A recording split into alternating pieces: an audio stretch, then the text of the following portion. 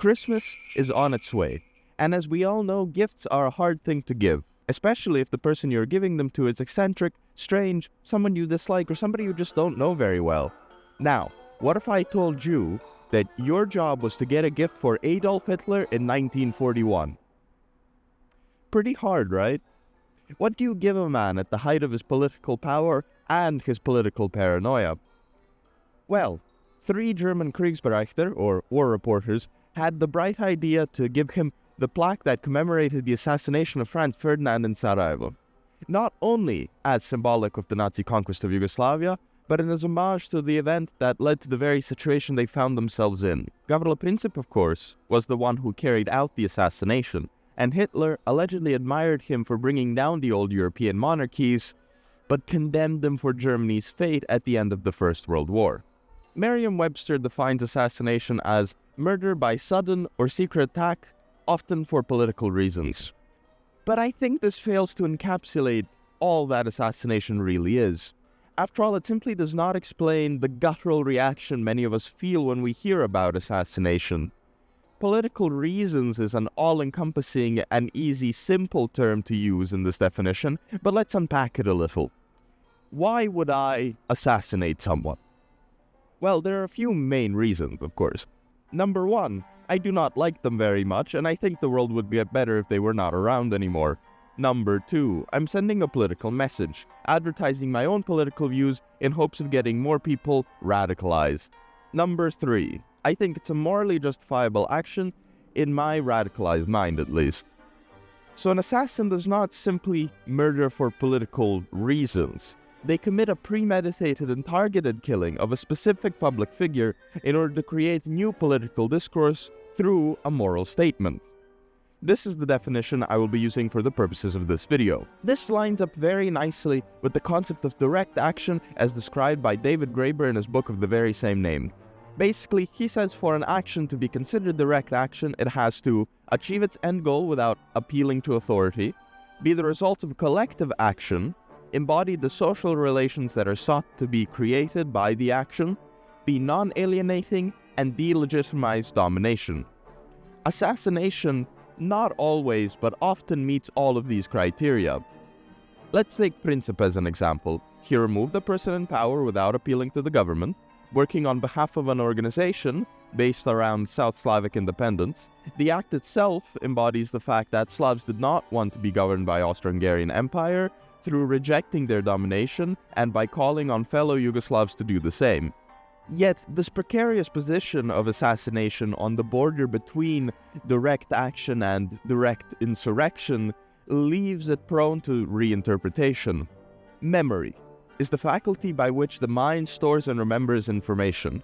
To commemorate, then, is to store that information outside of one's own mind for the world to see. Princip has had a lot of commemorative fame. In fact, because he died only 2 years after the assassination, an event that happened over 100 years ago, this may be the only fame he has left.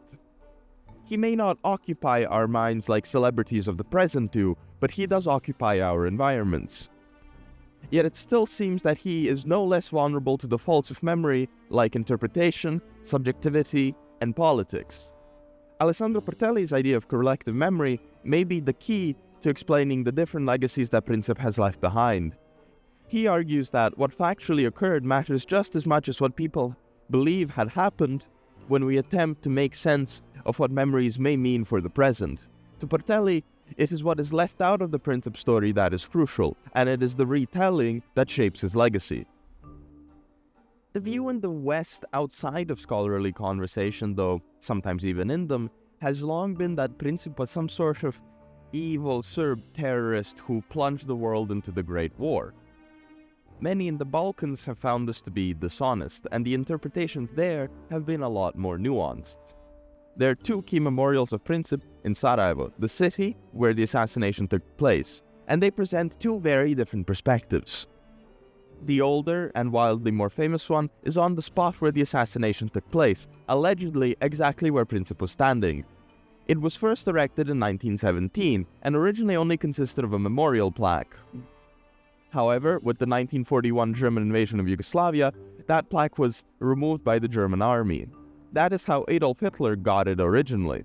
That plaque is now gone, lost to history, and instead it was replaced by a new plaque under which were engraved Princip's footsteps. This very same monument stands in Sarajevo today, though it was once again renovated after the Bosnian War in 1992. To call this a memorial plaque for Princip, however, may be a little too far. In effect, it is commemorating the assassination rather than Princip himself. That is why his image is nowhere to be seen. Instead, we only have these footsteps, acting almost as an outline of Princip.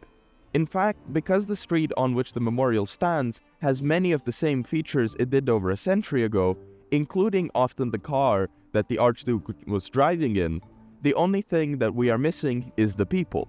This is what makes this monument so interesting, because it is both commemorating Franz Ferdinand, his wife Sophie, and Princip, but none of them are present. Because to include them would be to go against the greater message of the monument, that this event was ultimately a tragedy bigger than any one person, that it was not the tyranny of the Austro-Hungarian Empire or the radicalization of the South Slavic youth that caused World War I. Instead, it was, as Christopher Clark put it in his book Sleepwalkers, an unfortunate accident. Practically, the memorial shows that commemoration, counterintuitively, can actually depersonalize an assassination. Princip's involvement, though commemorated, is practically absent. Or is this what the monument tries to tell us? Because the plaque that the steps were first introduced with read much differently. It called the shot that Princip took the age-old will of our peoples to be free from Austro-Hungarian tyranny. This sentiment being quite representative of the socialist Yugoslavia it was built in. But for us today, it means that the modern monument does not have a unified message, nor could it have, because it's a cacophony of different monuments built on top of each other, all of whose messages contrast at their core. So what is our takeaway for Assassination from this monument? Well, each of these stories are equally valid. Assassination was ultimately liberating, but it did come at a tragic cost not just for those liberated, but for the world at large. Princip truly was a Yugoslav nationalist just as much as he was an Orthodox Bosnian Serb and a 19-year-old at the wrong place at the wrong time. The conflicting layers of memory really go to show that memory is never settled when it comes to assassination. It also indicates that interpretations can seemingly pull up in one big Frankenstein recollection of events that presents assassination as a lot more nuanced than other forms of direct action described by Graeber. On the other side of the coin, we have the newer monument, which can be found in eastern Sarajevo. Unveiled in 2014, on the Serbian side of Sarajevo, it features a statue of Princip modeled after his mugshot after the assassination. In front is engraved in white text, "What he said before was correct. Jedidic, the Grey Falcon. Who wants to live should die, and who wants to die shall live." The Grey Falcon here is of course representative of the Grey Falcon on the Serbian coat of arms, a clear indication to any passerby knowledgeable enough that the monument seeks to present Princip as a Serbian hero.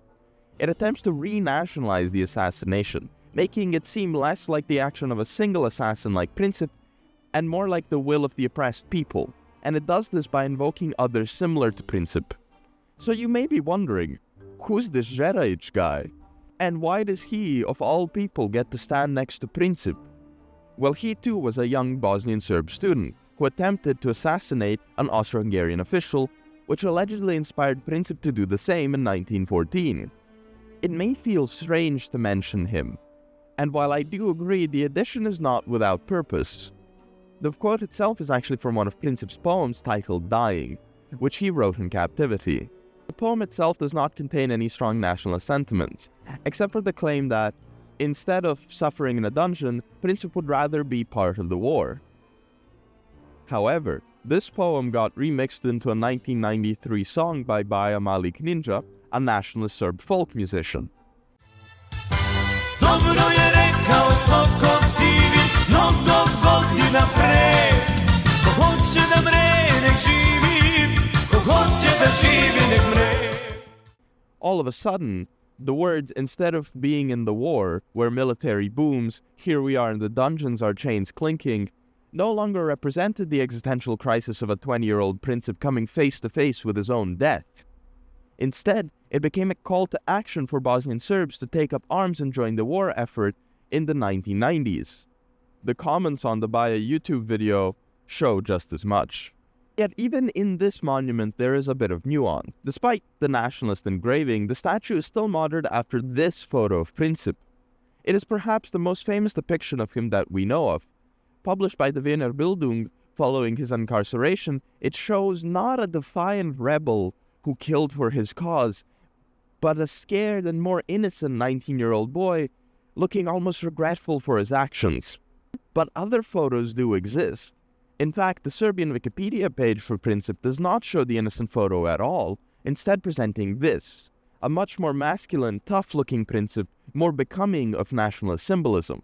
And it goes to show how even changing your facial hair or your facial expression can ultimately change the nature of the moral argument and political discourse assassination is tied to. Interestingly enough, though, Baja is not the only example of Princip coming up in South Slavic songs. Perhaps the most popular is Gavrilo by Bosnian alternative rock band Zoster.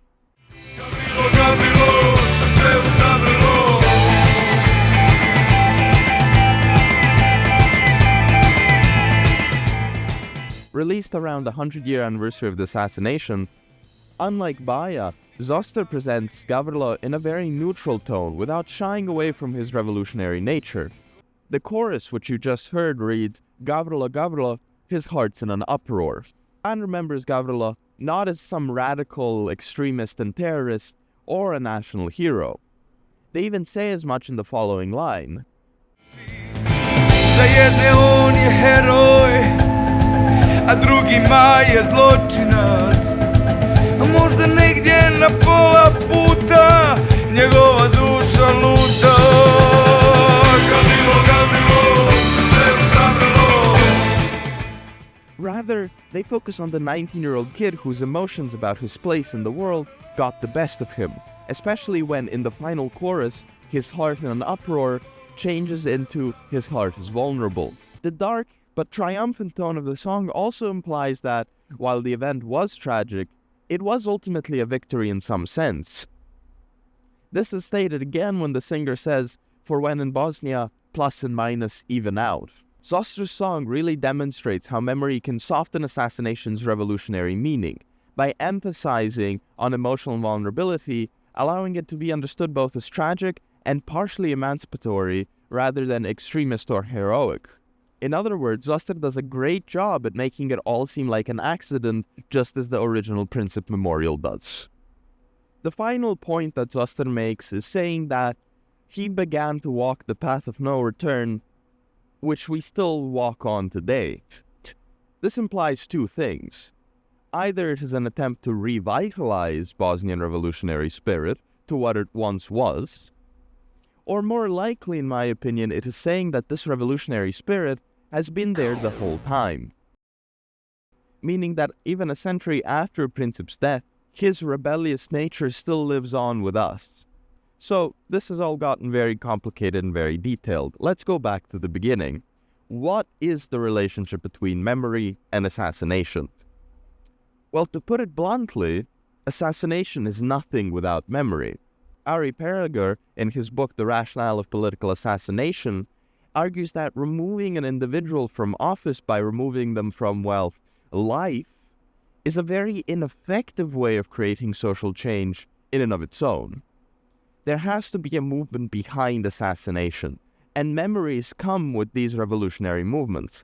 So while Princip's legacies may vary, and will probably always vary, every single one of them tells us something about the nature of collective memory, how it can nationalize, depersonalize, revitalize revolutionary assassinations, and that ultimately, at the end of the day, it matters not who killed who, but why.